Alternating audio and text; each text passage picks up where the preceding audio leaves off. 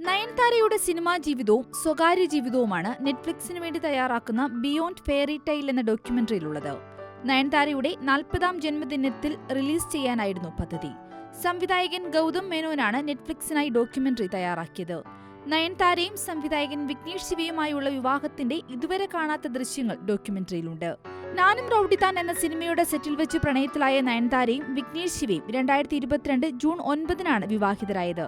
ധനുഷ് ആയിരുന്നു ഈ ചിത്രത്തിന്റെ നിർമ്മാതാവ്.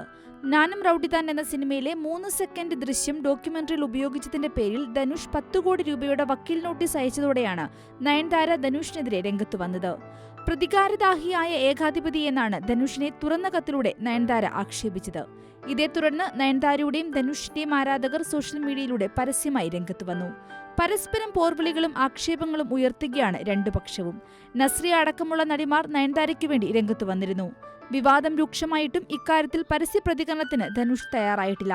അതിനിടെ നയൻതാരയുടെ ഡോക്യുമെന്ററി നെറ്റ്ഫ്ലിക്സ് റിലീസ് ചെയ്തു. 24 ന്യൂസ് മലയാളം.